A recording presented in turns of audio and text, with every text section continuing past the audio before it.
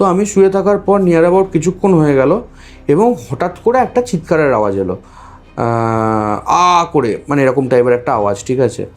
তো ঘরের আমাদের ফ্লোরে ওর বাবা মায়ের ঘর ছিল, ওর বাবা মারা দেখলাম ছুটে বেরোলো, আমিও বেরোলাম সেই সময়। তো আমি গিয়ে দেখলাম আমার বন্ধুটা ওদের ঘরে একটা পুরনো জিনিসপত্র রাখার একটা ঘর আছে, সেই ঘরে পড়ে আছে অজ্ঞান হয়ে, ঠিক আছে, মানে সামনে এরকমভাবে পড়ে আছে। তো যথারীতি দেখে সবাই চিন্তিত, মুখে চোখে জল দেওয়া হলো, ওকে নিয়ে এসে বেডে শোয়ানো হলো, ওই রুম থেকে বের করে নিয়ে এসে। তারপর দিন সকালবেলা মোটামুটি ওর জ্ঞান ফিরলো।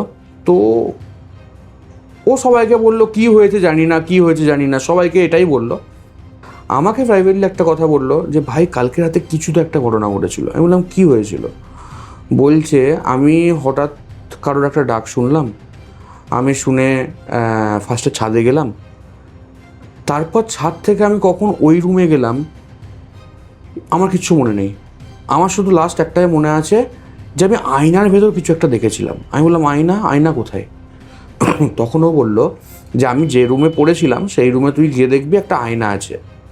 তো আমি তারপরে ওর সাথে যাই আয়নাটা দেখতে, এবং সত্যিকারে গিয়ে বলছি আমি আয়নাটাতে গিয়ে দেখি ওই আয়নাটার, মানে তোমরা বললে বিশ্বাস করবে না, ওই আয়নাটার ভেতর দিয়ে না একটা আঁচড়, আয়নার মানে তোমার দেখে মনে হবে একটা আঁচড় আয়নার গায়ে, কিন্তু যখন আমি বাইরে আয়নার প্রলেপের ওপর হাত দিলাম আমি বাইরে কোনো আঁচড় ফিল করলাম না। যদি বাইরে আঁচড় থাকতো তাহলে একটা তুমি ক্র্যাচ বা কিছু ফিল করতে পারতে না, খসখসে ভাব, ওরম কোনো ফিলিং নেই। তার মানে জিনিসটা যেটা রয়েছে সেটা ভেতরে রয়েছে।